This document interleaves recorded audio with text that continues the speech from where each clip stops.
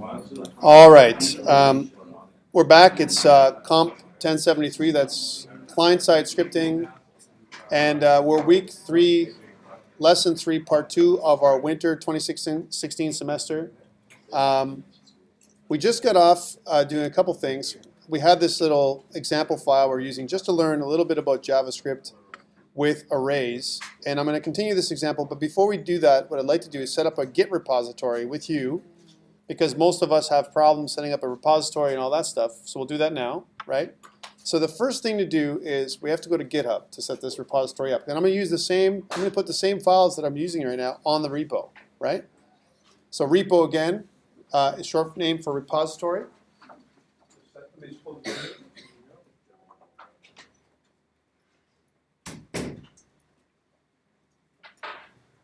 Okay. And so we're going to do the repository, and what I'm going to do is I'm going to auto-deploy to Azure, right? So I want you to practice that today too. All right, so let's try this out. So, so the first thing is we need to create a repository online. So let's do this. So first step, GitHub. I'm going to go to GitHub, and last night, like I said, it was down. We had the unicorn, but now it's back up, right? So we're going to go to Georgian College. This is where I store my stuff. You would obviously go to your GitHub, right? And I'm going to click this new repository here, or you might find, if you don't find a link that's in here, like I do, because I'm using an organization, you can certainly create a new repository up here, right? Either way, it'll take you to this page, right? Where you have whoever the owner is of the repository and the repository name. So let's do that. So my repository name is going to be COMP1073, right? And it'll be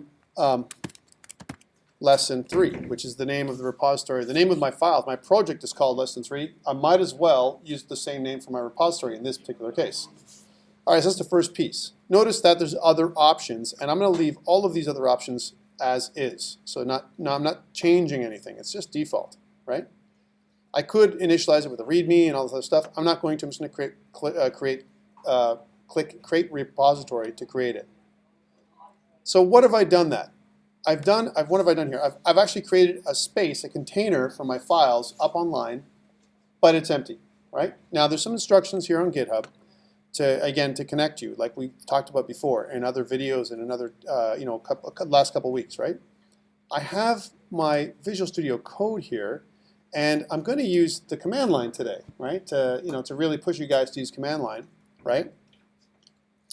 What's the easy way to get to my command line for my project using Visual Studio Code? Anyone remember how to do that? I know, Ari, you know how to do it, but I'm sorry for going so slow today. Please forgive me. I know that you know this stuff already, but I'm trying to fill in the gaps for people who don't know, right? So I gotta, your name is again, sir? No. Yeah. Priyank. Tell me how do I get to my terminal or my command prompt from Visual Studio Code? Right click and open command prompt. Right click over here? No. Over here? Yeah. No. No, here? Oh, here. Okay. Okay, so I'm right click here and go to open in terminal or command prompt, right? So I'm going to open that up. What the good news about this one is it takes you right in there, so you don't have to swim around to get there. Now, if you're not using Visual Studio Code, right, what's the other way to do it? You can always go like I did before, but I'll show you. I'm going to kind of minimize these things. Let's say you have another command prompt window. I'm going to minimize all this stuff, right? Here's my other command prompt window just sitting up here, right, or terminal. And I know where my project files are, right? So here's my project right over here, and I want to get to it, right? Well, if I have my project on my desktop, it's easy. I just have to do this CD space and then drag my folder onto my command prompt or terminal. When I do that, it gives me the path to where my project is, and I press Enter, and that'll give me the exact same space. So either way is good, whether you're using Visual Studio Code or not, right? So whatever way you want to get there, you decide, all right? Okay, cool. So I'm in there, and I've got my terminal window or command prompt on Windows PCs. I'm here, right, in my command prompt.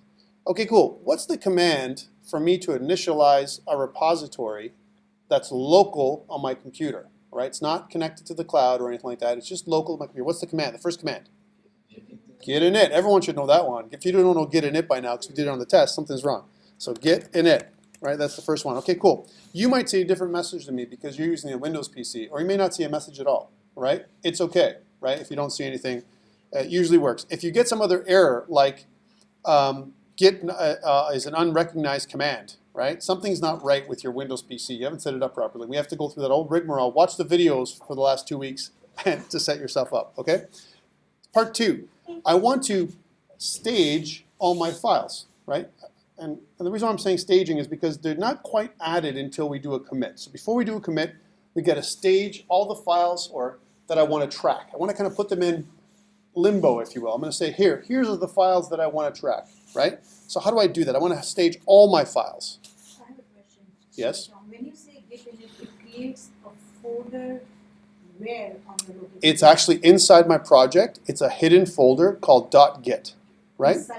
Inside the folder of my project, inside this COMP1073 lesson 3, there's a hidden folder called .git that it creates. All right, you can't see it. Now, if I was to actually see this folder, if I do it on the Mac or Linux machine, if I do ls-al, you can see I can see all the hidden folders, and one of them is this .git folder, right?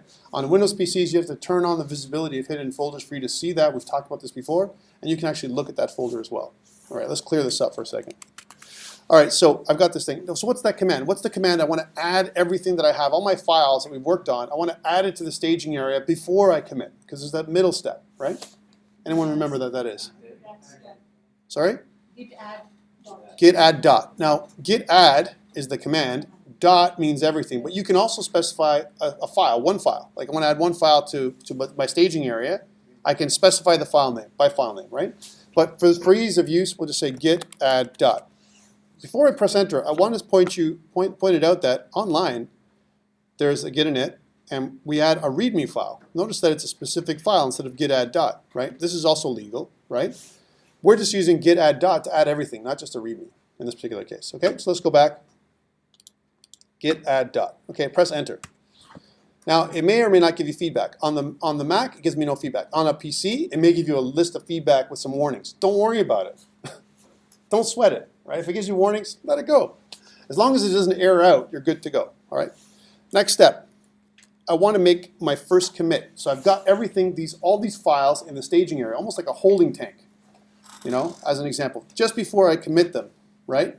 Just before I send them into or to be tracked inside my invisible Git folder, right? Before I get there, I have to kind of create a name for all these files. This snapshot. I have a snapshot. Right? All these files that I just added represent the snapshot that I'm going to name, and my snapshot, this commit, that's what the Git word for the snapshot is, commit. I need to name it.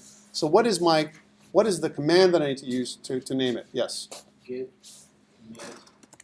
commit -m initial commit. There's two conventions, or there's two different ones. You can use initial commit, if I can type, or first commit. Those are the two conventions that we see out there. What does the -m stand for? And I want to hear from somebody else. So what does the Margot, what's -m stand for? No idea. Okay, yes. Message, right? -m is message. It means, hey, this is the message that I need to add to my commit. I can't commit without a message. And the -m signifies what the message, this says anything after the -m in quotations is the message text. Okay? If I press enter, it might give you some feedback like this or other feedback on a PC, right? And it'll tell you which files, if any, are added. Notice how it says, I have 63 insertions and 3 files that are changed, right? 63 insertions means that I've actually added text to my files. That's all it is. I only have 3 files I'm tracking, okay? Why am I only tracking 3 files? Hold on a second. You might say, you're tracking more than that, Tom, right? Because if I go back to my folder structure, I've got my content folder, and I've got my scripts folder, and I've got these 3 files. Well, Git doesn't track folders, right? What Git does is it uses folders as containers, right? So if I have a folder that's empty, it won't track that. It'll track the file, and it'll track its path. And that's what it's tracking. So I'm only actually adding in 3 files. This file, index.html, which is on the root. This file, which is app.js, which is inside of our scripts folder. And this file, app.css, which, by the way, right now is empty, and is added into the content section. All right, so those 3 files. So on my terminal, those are the 3 files I'm going to see inserted in terminal, and you might see something similar as an example on command prompt. Okay, cool. I want to now push. I want to create. First of all, I want to take these files and put them on the remote. Can I do a push right now? No. Why? Well, no, they're all staged. They're all staged and committed.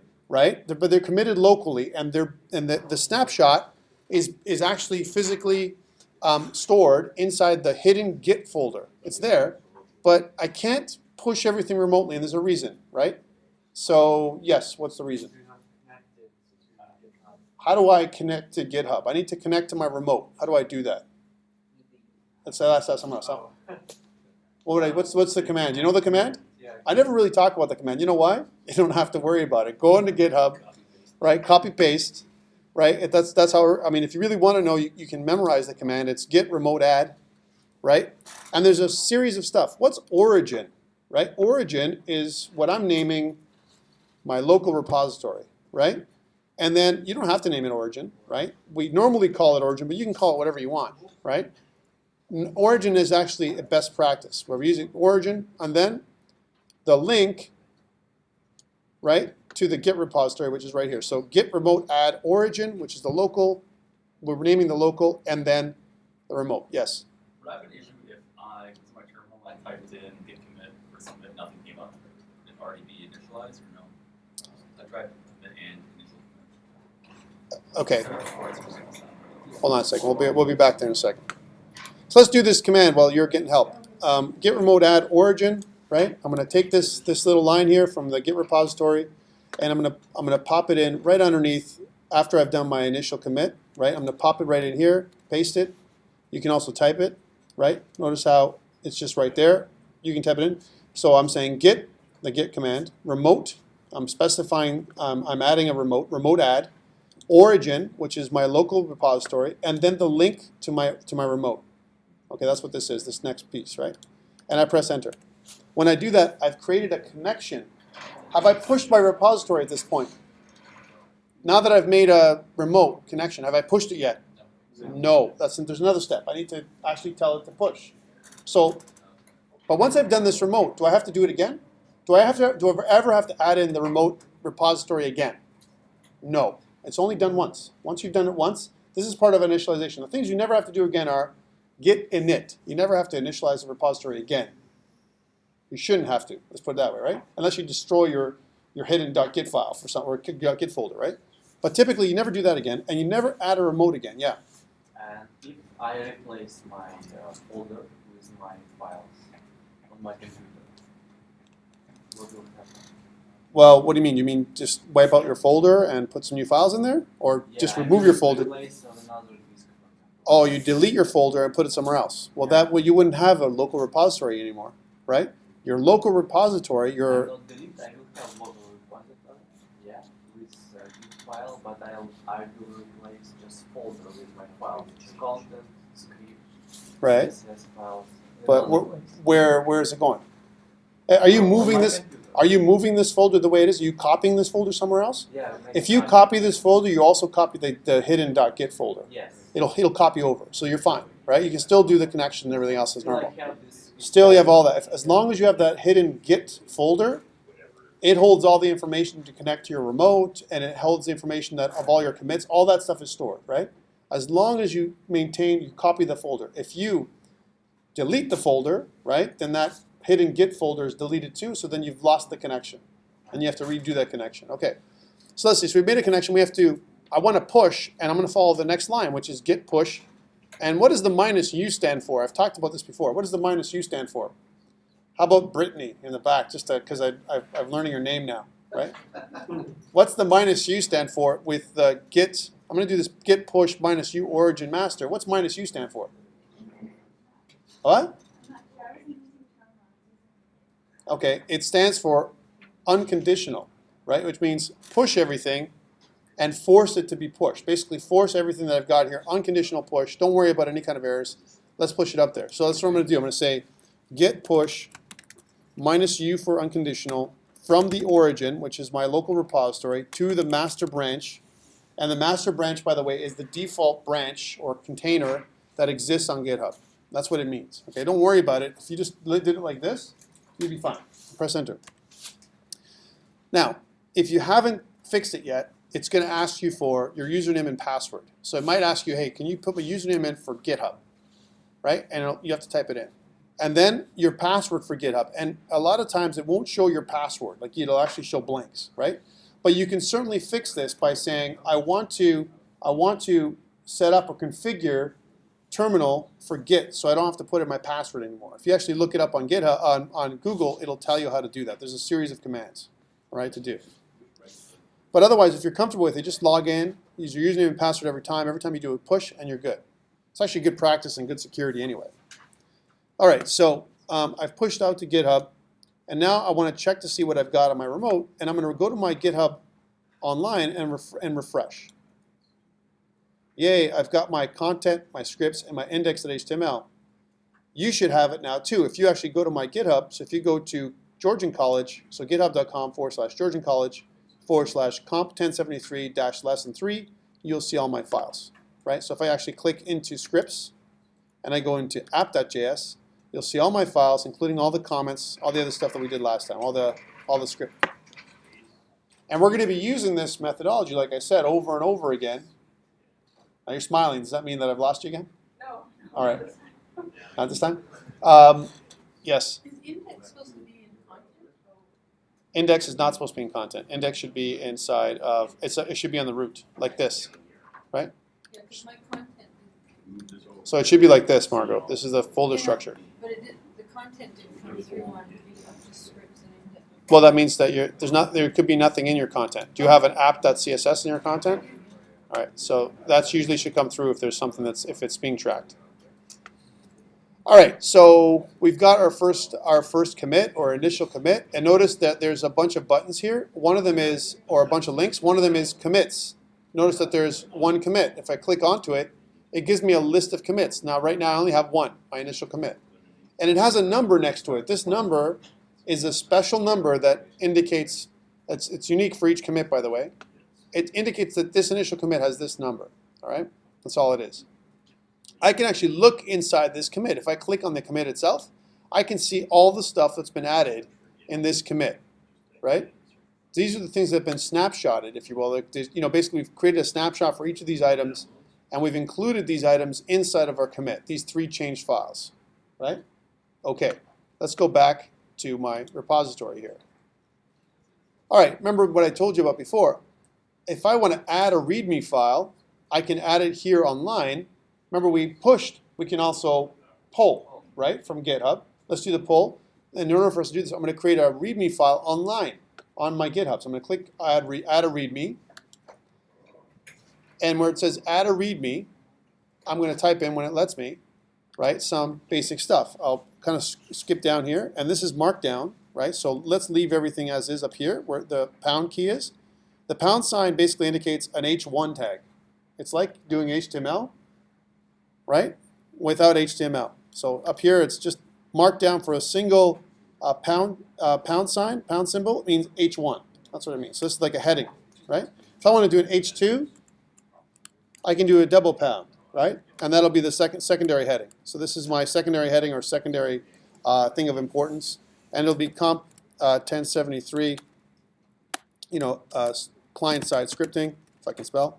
Client-side, I can't spell today. Scripting, kind of thing. And it's lesson 1, lesson 3. And it's at Georgian College, right? Now notice I put this double pound here in front, and that means a heading 2. That's what it is. It's equivalent to a heading 2 in HTML, right? Markdown. Okay, cool. On the bottom here, notice that there's a big space for you to enter stuff in, and then on the bottom you've got this commit new file. You have to add a commit message for this thing you're adding in, this new file you're changing or adding, and it gives you a default message, create readme MD. And if you just want to accept the message and click commit new file, it'll create the new commit and the new file all at once. All right, so let's do that. So what it does now, it adds this readme file. Notice how it's really, really big because this is a heading 2 equivalent, right? Okay, cool. So I've got this file. And so now we have 2 commits up online. Look, I've got on here, if I click on the commits, I've got 2 commits. I've got my initial commit, plus I created my readme file. There's 2 commits now. But in my local machine, I only have 1 commit. So I'm 1 commit behind. That's what it means. Locally, I'm 1 commit behind. On the remote, I'm 1 commit ahead. Think of it that way, right? So that's the most recent commit is up online, right? I don't have the most recent files. And if I'm working with a partner, let's say Andrew's my partner, she added the remote as an example, and I need to get that. I need to get that that README file from online. I'm going to pull it in now. So I'm going to go back to my command prompt or a terminal. Let me just clear it. On Windows, the command for clearing your console is CLS. On Mac computers or on Linux machines, it's clear. Right? Okay, cool. And I'm going to pull it down. I'm going to say git in the same git folder, right? Git pull. That's it. Git pull. I'm not even telling you where I'm pulling. I'm pulling from my remote, my default remote. If I press enter here, it's going to go to the remote, check to see what changes I've made, and it's going to pull down one file that's changed, which is my README file, down into my local repository. All right, so now, right, when I do that, if I check my Visual Studio code, it should also show a README file right here. Here's my README file. Right? So this is the one that I created online that I pulled with my git pull command. So again, I can do a series of pushes every time I do a commit, right? Every time I do a commit. In order for me to do that, I have to stage my files first, so git add dot, right? I have to, every time. This is the regular thing. Now that I've created my repository online, the process here on in is git add dot, git commit -m, and the name of my commit. That's the process. And when I push that up to, then I push git push origin master. That's the third line. Okay, so let's try this out. Let's do this, a little change. So I don't want to make this my README file. I don't want to make this a heading 2. I want to take this away. So I'm making a small change to my README file. Notice that I have this symbol here in Visual Studio Code. Tells me I have an unsaved file, and it even says it up here, unsaved file. Save, right? I'm going to click here this time in Visual Studio Code to see that there's one file that is changed. I could change it here, but I'm going to do everything today with terminal, all right, without Visual Studio Code. So let's go back to terminal. I know I've changed the file, right, and I'm going to go like this. I'm going to say git add dot, right, git commit -m for message, and I'll say updated readme.md, right? That's what I've done, right? I press enter. So now it's staged, and locally it's added a new snapshot of my entire repository, right, locally into my hidden.git folder. But it's not connected yet online. In order for me to update online, I got to do the third command, which is git push origin master, which is going to take my local files the way they are, push them back up online, another push. Every time I push, I update my commits. I take my local commit and I transfer it online. I actually copy it online, right? So if I look now online, here's my GitHub repository online. If I refresh, notice that I have another commit. I have 3 commits now, and I've updated my readme.md. What's your last step on the connection? So I did git add dot, I did git commit -m, updated readme file, and then the next line I did git push origin master. Those are the 3 steps going forward that you need every single time you do a new push. Yes? The syntax for git push before when you're adding dash, can you explain that syntax? It's unconditional. It's only for the first time you push through the repository. You don't need to do it again. Okay? It's only the first time. How do we get it to not ask for our credentials? That's a good question. So, I want to, if you Google this, if I say, you know, configure command prompt for git, right? So it doesn't ask, put it in there, it doesn't ask for username. If I put that in there like that, it says, how do I ensure Git doesn't work, doesn't ask me for a GitHub username, right? I'm just choosing one, right? There's an answer here. You need to set up an SSH agent against which you only need to authenticate once. See this answer right here. In fact, another answer. And it says, that's cool, try SSH add, and you need SSH agent to be running and holding your private key. This is only good for OS X, like Mac machines or Linux. It doesn't really work for Windows the same way. So let's go back and then Windows, on Windows, right? And now it surely will give me the same one, but that's not the one. Git push requires username, password, Stack Overflow. How do I get rid of this? Is back into, and by the way, there's credential storage here. I'm going to go back into there in a second. But git push, and if I go down here, if you look at some of these things, it says git remote, set URL, origin, da da da da. That's the repo. But that doesn't really tell me anything. I need to add my username and password. So how do I do that? So I'm going to go back down to here. Let's keep looking. Here's one, credential storage. And then if you notice, what I want to do here is I want to do one of these, git config -- global. And then I set up a credentials helper cache, right? And then in there, what I'm going to do is I'm going to store my credentials, which is a file that I'm going to create, right? And inside this file, right, I'm going to create this file, which is my username and password. And under the hood, what are you doing? And so and it tells you, follow these instructions, it tells you what to do. Here's your username. So I'm making a file. Here's my file itself. And in my file, I'm specifying my username and password for this particular, for GitHub. All right, that's what I'm really doing here. Now this is a long, drawn-out way. There's actually a real shorter way to do it. You just have to find it up online that it tells you. And because people are asking, how do I fix that? I'm going to come up with a fix for next week. Let's come up with a little script you put in.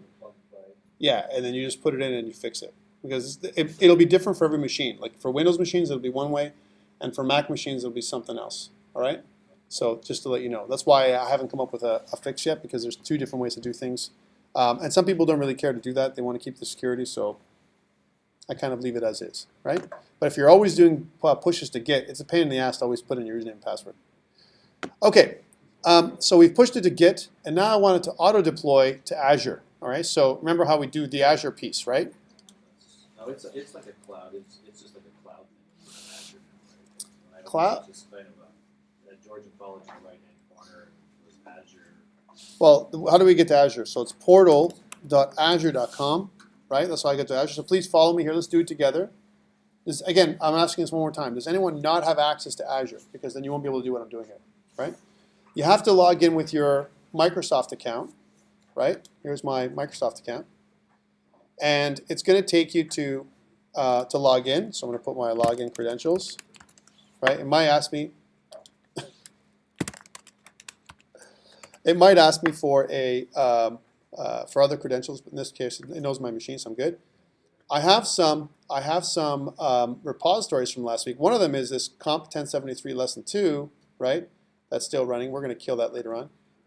And some other ones here that I've got going on. Let's add in another one, right? So how do I add another repository? How do I add another website, if you will, to Azure? Remind me here. We did this last week one time, right? So. Huh? I don't know if do you have new somewhere on yours? Does yours look different than mine? No, it's not. I got new ones. All right. So over here you have new, right? You have this, right? I just hide it like this. See this? Whoop. Oh. Oh. Right? So I don't show those. I know what they are. So plus is what you want, right? You want to click the plus for new. And now it's going to ask you what type of new thing do you want? Do you want a new compute container? Do you want a web and mobile container, a data storage container, blah, blah, blah, all these things? Click the web and mobile one, right? And you're going to go to web app. Okay, cool. And under web app, you're going to need to come up with a unique name across the world for AzureWebsites.net. All right? It has to be unique completely. It's asking you to sign up. Yeah, I got to sign up. Yeah. That's a problem. That means you're logged in with the wrong credentials. You're logged in with Georgian as opposed to Outlook or your Hotmail. All right? That's how it logs me in. So then you have to go through what? You have to go to incognito mode, right? Like I taught you before, right? Otherwise, it'll cache your Georgian account because you've probably logged in there to get your mail, right? That's why I'm doing this again. Because you're gonna be tripped up when you do this next time, right? I know Andrew's shaking her head. She's like, no, I can't do it. Right? Can you do it too? All right. So notice how it's taking me to my default directory. So the smart thing to do, that I always like to tell people to do anyway, is open up an incognito window, right? So a new incognito window that doesn't cache who you are, and go to portal.azure.com, and then put in your username and password. So your email, which is my email is here. Notice it doesn't remember me. And my password. Now it's going to redirect me to the type of Microsoft account. That's all it's doing. So I have to wait a second and then put in my password. And it's going to ask me for my authentication, my authenticator app, because I have two-step authentication for unknown devices, and because I'm using incognito mode, it doesn't recognize this device because it's not tracking, right? So I need to use my authenticator app, which I have on my phone here, which I recommend for you guys if you want to keep good security for your Outlook accounts, or even other accounts too. and kind of put it in. I put in a number that it gives me. There we go. And press submit. Notice I'm not going to click this I sign in frequently on this device. Don't ask me again because it won't matter with incognito mode. Click submit. Now I'm in, right? And I'm in incognito mode. I'm working from some other device, just like I normally would, right? The biggest problem is when you log in, you've already logged in into your Georgian account, it sees you as an Outlook user that's already signed in. And it tries to use that Outlook account, because Georgian also uses Outlook, right? For its email, yeah? So it uses that as your login credentials for Azure, and it doesn't recognize you. You have to log in with the Microsoft account that you signed up for Azure. Otherwise, it won't work, okay? So that's why I'm using incognito mode. So when I hover over my name, I'm not going to see my Georgian account name. I'm going to see my Hotmail account, which is my last name at hotmail.com, by the way, for people who want to email to me directly outside of Georgian, right? All right, so you can use other accounts as well. Gmail's fine too. I'm just saying this is how you would do it. You check your username. If your username says Tom at georgiancollege.ca or something, or my.georgian.ca or something like that, something's not right. It shouldn't say that up here. It should say your Hotmail account or your Outlook right out here. Mine says the Outlook account, and it still wants me to sign up. Yeah, something's wrong there. So I'm going to get Rich, if you can help Margot out for a sec. Okay, so let's try this out. So I'm going to go into my plus again, like I showed you, and I'm going to create a new container. I'm going to go to web and mobile. I'm going to click on web app, right? And in here, I'm going to create a unique name for my app service, right, that I'm creating, a new website name. It's got to be unique across the world, all right? I'm going to use COMP1073, all in lowercase, right? COMP1073, and it's going to be dash lesson 3. Now, if you used it, I can't use it, right? And I'm going to show you that. So someone else, can someone else use this one? Steal this name from me, all right? So come up there and make COMP1073 lesson 3, dash lesson 3. And I'll show you and create the actual location. And I'll try and do it. Huh? L3. No, I want you to use mine. COMP1073 lesson 3. You did it? Okay, and I'll wait till it creates it. Yeah, create it. Go ahead. Why does our subscription say DreamSpark? DreamSpark is the free subscription that Microsoft gives you. Mine's pay as you go because I have other features I like to use with mine. Okay? Because one thing you can't get with DreamSpark for students is you can't get a SQL server, and sometimes I want to run SQL Server, right? Okay, cool. So you've created it. Now I want to use it. I want to use. Is it done? It's saying deploying web app. It's still. Okay, so but it's still going. So it's probably reserved the name. So if I go lesson 3, right? It says it's good, but if I try and deploy it yet, did you put it just like this? Oh, that's different. Oh, so it's case sensitive. It is. I'm going to create it too as lesson 3. Let's see what happens, right? So I'm deploying and submitting my deployment as well. If everything goes well, my deployment should finish, and our names are very similar. So you might get Andrew instead of me if you put a capital L, right? Just saying, right? Oh, hey, here's something cool.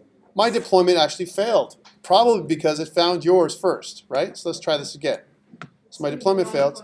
Okay, it's deployed now. Yeah. Now let's try it again. Let's try that again. So I'm going to go mobile and web, right? Web app.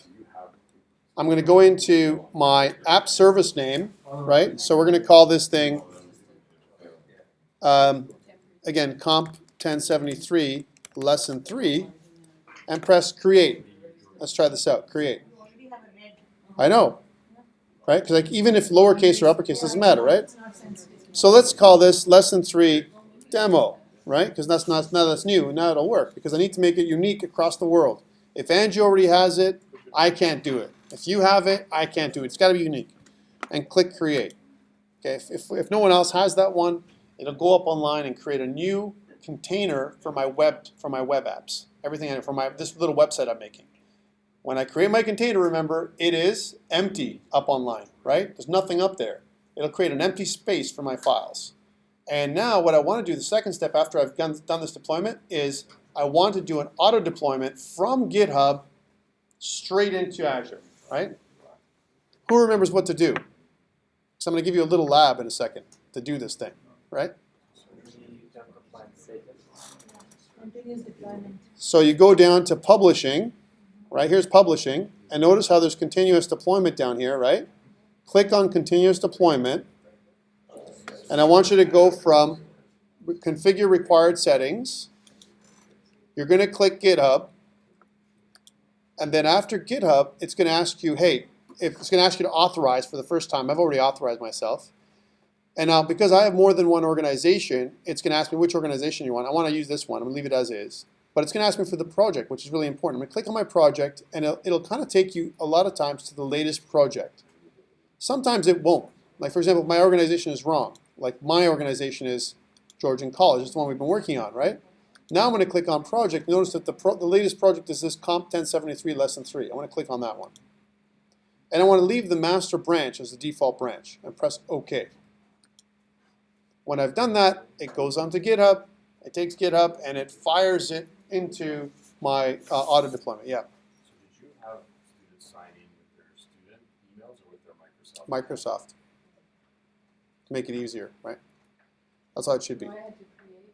Right, a new Microsoft account. That's what you have to do. Is everyone else in there? Only Margot? Anyone else? No, I can set up, that's all right. You have to re-sign up again? Yeah, reset up, yeah, once done. That's weird. Yeah. Why doesn't it Like, take Huh? Why doesn't it take this one? It just takes what's Microsoft. Outlook or Hotmail. Yeah, because that's your way you do it, right? Yeah. I connected it to the account that I got the free trial with. Okay, cool. So I've got my deployment, and I want to check it. I want to check my deployment. If I click this link here, right, and I press Control on Windows and click the link, or Command on Mac and click the link, I get a new tab in Chrome, and then I can see Welcome to Lesson 3. That's what you should see.